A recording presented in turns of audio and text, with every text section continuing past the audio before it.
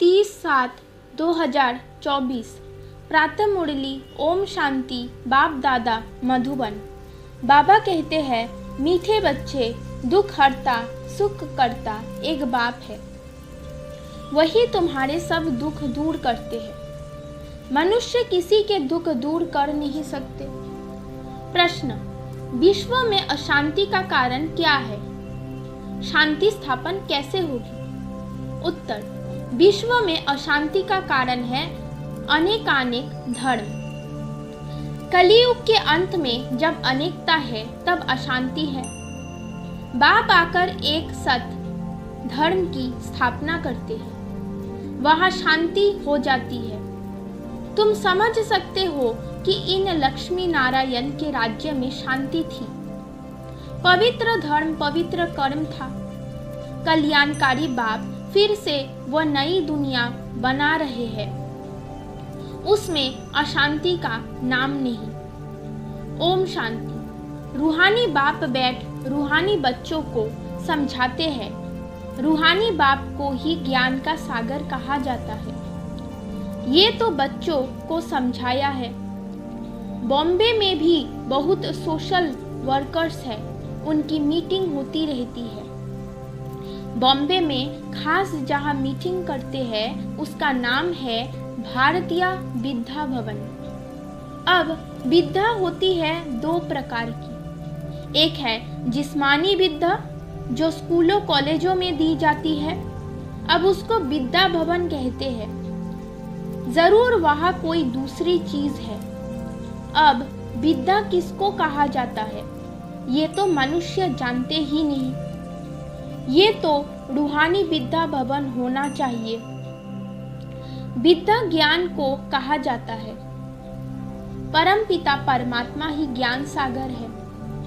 श्री कृष्ण को ज्ञान का सागर नहीं कहेंगे। शिव बाबा की महिमा अलग, श्री कृष्ण की महिमा अलग है।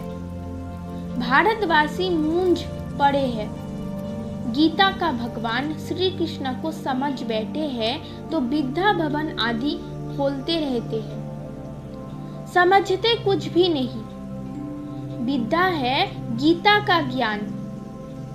वो ज्ञान तो है ही एक बाप में, जिसको ज्ञान का सागर कहा जाता है, जिसे मनुष्य मात्र जानते नहीं है। भारतवासियों का धर्म शास्त्र तो वास्तव में है ही एक सर्व शास्त्रमयी शिरोमणि भगवद गीता। अब भगवान किसको कहा जाए? वो भी इस समय भारतवासी समझते नहीं। या तो श्री कृष्ण को कह देते हैं या राम को या अपने को ही परमात्मा कह देते। अब तो समय भी तमो प्रधान है, रावण राज्य है ना। तुम बच्चे जब किसको समझाते हो तो बोलो शिव भगवानुवाच। पहले तो ये समझे कि ज्ञान सागर एक ही परम पिता परमात्मा है, जिसका नाम है शिव।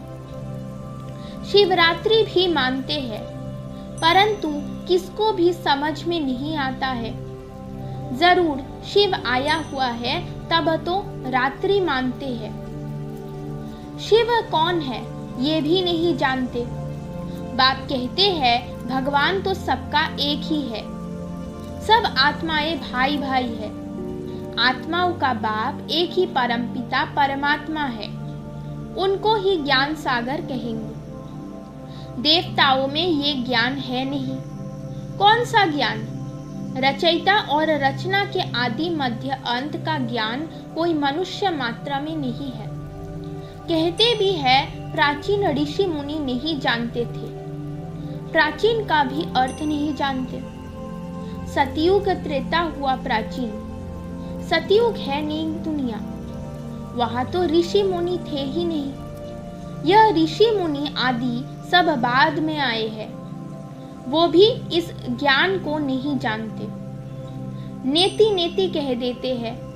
वो जानते नहीं तो भारतवासी जो अभी तमोगुनी हो गए हैं वो कैसे ज्ञान जान सकते। इस समय साइंस का घमंड भी कितना है। इस साइंस द्वारा समझते हैं भारत स्वर्ग बन गया है। इसको माया का पंप कहा जाता है।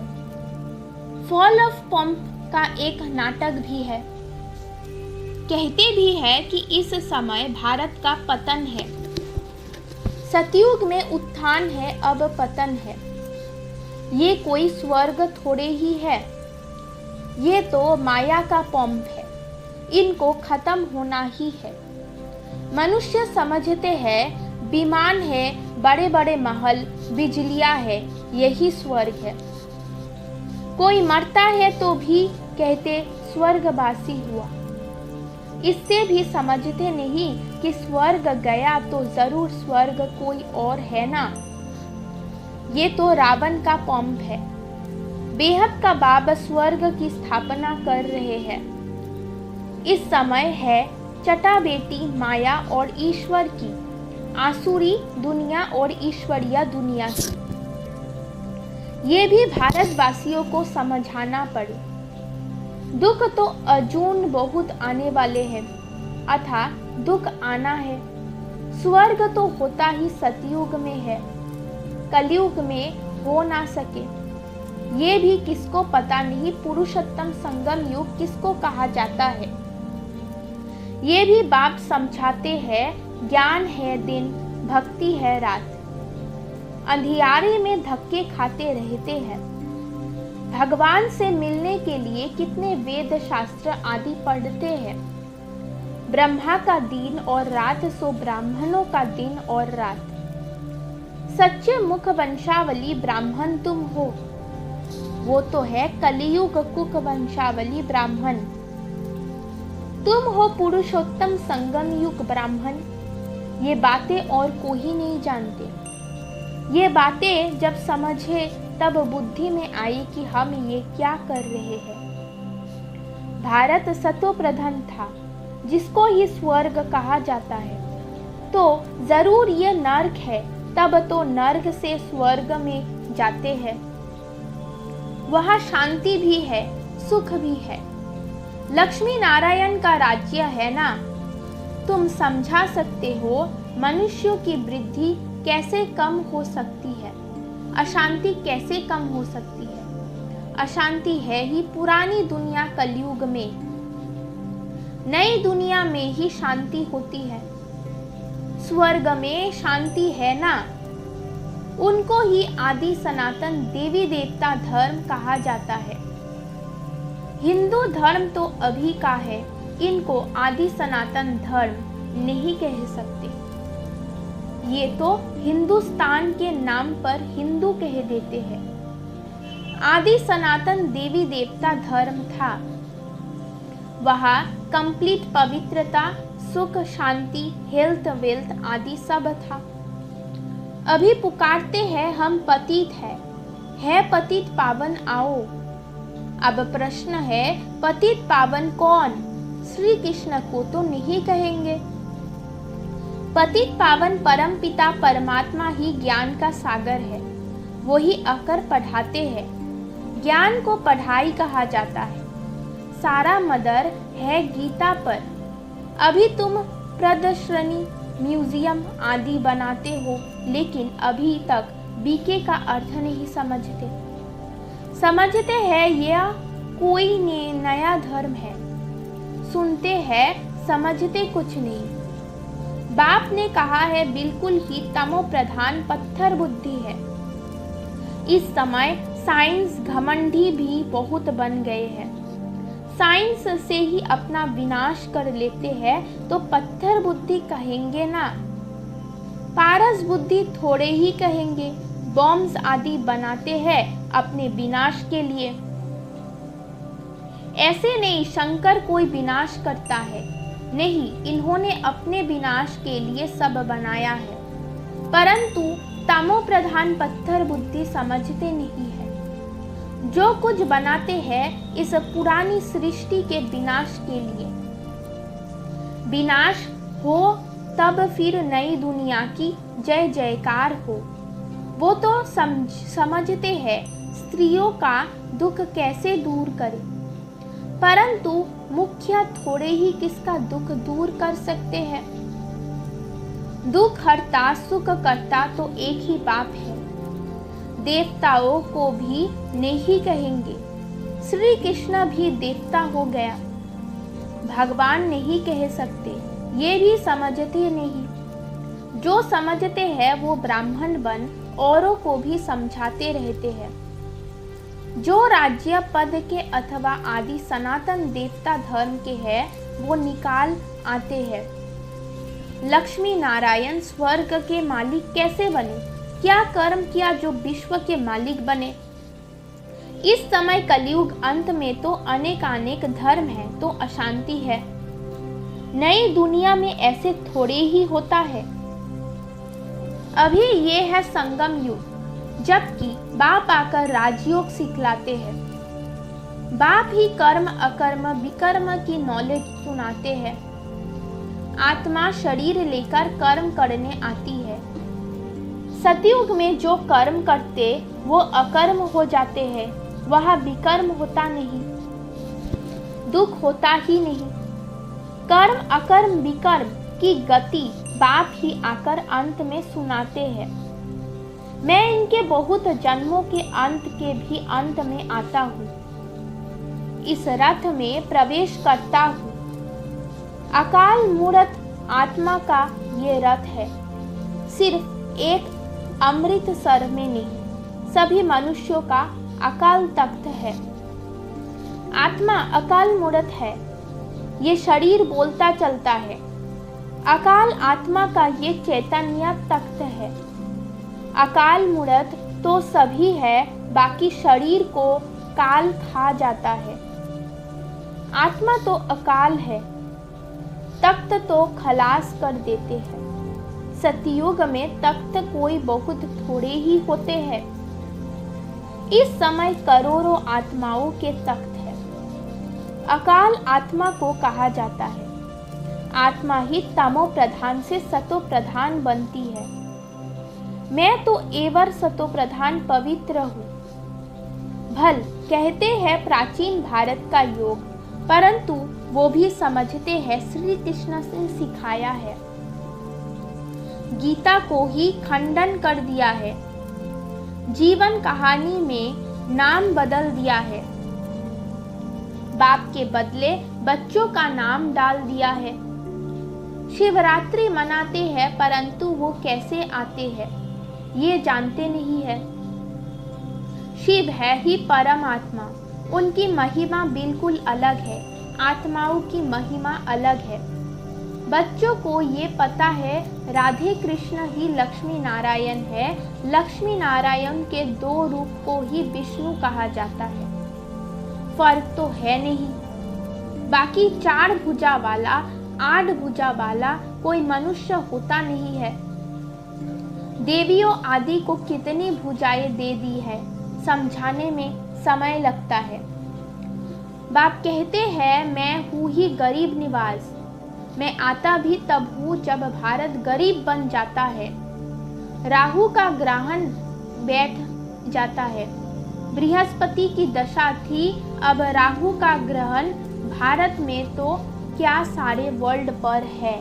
इसलिए बाप फिर भारत में आते हैं, आकर नई दुनिया स्थापन करते हैं जिसको स्वर्ग कहा जाता है। भगवानुबाज में तुमको राजाओं का राजा डबल सिरताज स्वर्ग का मालिक बनाता हूँ। 5000 वर्ष हुआ जबकि आदि सनातन देवी देवता धर्म था, अभी वो है नहीं, तमो प्रधान हो गए हैं।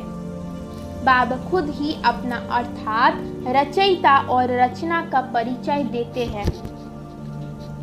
तुम्हारे पास प्रदर्शनी म्यूजियम में इतने आते हैं, समझते थोड़े ही है। कोई बिरले समझकर कोर्स करते हैं, रचयिता और रचना को जानते हैं। रचते हैं बेहद का बाप, उनसे बेहद का वर्षा मिलता है। ये नॉलेज बाप ही देते हैं। फिर राजाई मिल जाती है तो वहाँ नॉलेज की दरकार नहीं। सदगति कहा जाता है नई दुनिया स्वर्ग को, दुर्गति कहा जाता है पुरानी दुनिया नर्क को। बाप समझाते तो बहुत अच्छी तरह से है, बच्चों को भी ऐसे समझाना है। लक्ष्मी नारायण का चित्र दिखाना है। ये विश्व में शांति स्थापन हो रही है। आदि सनातन देवी देवता धर्म का फाउंडेशन है, नहीं जो बाप स्थापन कर रहे हैं। देवताओं का पवित्र धर्म पवित्र कर्म था। अभी ये है ही विशेष वर्ल्ड। नई दुनिया को कहा जाता है वाइसलेस वर्ल्ड, शिवालय। अब समझाना पड़े तो विचारों का कुछ कल्याण हो। बाप को ही कल्याणकारी कहा जाता है। वो आते ही है पुरुषोत्तम संगम युग पर। कल्याणकारी युग में कल्याणकारी बाप आकर सबका कल्याण करते हैं। पुरानी दुनिया को बदल नई दुनिया स्थापन कर देते हैं। ज्ञान से सद्गति होती है। इस पर रोज टाइम लेकर समझा सकते हो। बोलो, रचता और रचना के आदि मध्य अंत को हम ही जानते हैं। यह गीता का एपिसोड चल रहा है जिसमें भगवान ने आकर राजयोग सिखाया है, डबल सिरताज बनाया है। ये लक्ष्मी नारायण भी राजयोग से ये बने हैं। इस पुरुषोत्तम संगम युग पर बाप से राजयोग सीखते हैं। बाबा हर बात कितना सहज समझाते हैं। अच्छा, मीठे मीठे सिकिलते बच्चों प्रति माता पिता बाप दादा का याद प्यार और गुड मॉर्निंग। रूहानी बाप की रूहानी बच्चों को नमस्ते। धारणा के लिए मुख्य सार नंबर 1, राजयोग की पढ़ाई सोर्स ऑफ इनकम है, क्योंकि इससे ही हम राजाओं का राजा बनते हैं। ये रूहानी पढ़ाई रोज़ पढ़नी और पढ़ानी है। नंबर 2, सदा नशा रहे कि हम ब्रह्मांड सच्चे मुख वंशावली है। हम कलियुगी रात से निकल दिन में आए हैं। ये है कल्याणकारी पुरुषोत्तम युग। इसमें अपना और सर्व का कल्याण करना है। वरदान, हर श्रेष्ठ संकल्प को कर्म में लाने वाले मास्टर सर्वशक्तिमान भव। मास्टर सर्वशक्तिमान माना संकल्प और कर्म समान हो। अगर संकल्प बहुत श्रेष्ठ हो और कर्म संकल्प प्रमाण ना हो तो मास्टर सर्वशक्तिमान नहीं कहेंगे। तो चेक करो, जो श्रेष्ठ संकल्प करते हैं वो कर्म तक आते हैं या नहीं। मास्टर सर्वशक्तिमान की निशानी है कि जो शक्ति जिस समय आवश्यक हो वो शक्ति कार्य में आए। स्थूल और सूक्ष्म सब शक्तियों इतना कंट्रोल में हो जो इस समय जिस शक्ति में की आवश्यकता हो उसे काम में लगा सके। स्लोगन, ज्ञानी तू आत्मा। बच्चों में क्रोध है तो इससे बाप के नाम की ग्लानि होती है। ओम शांति।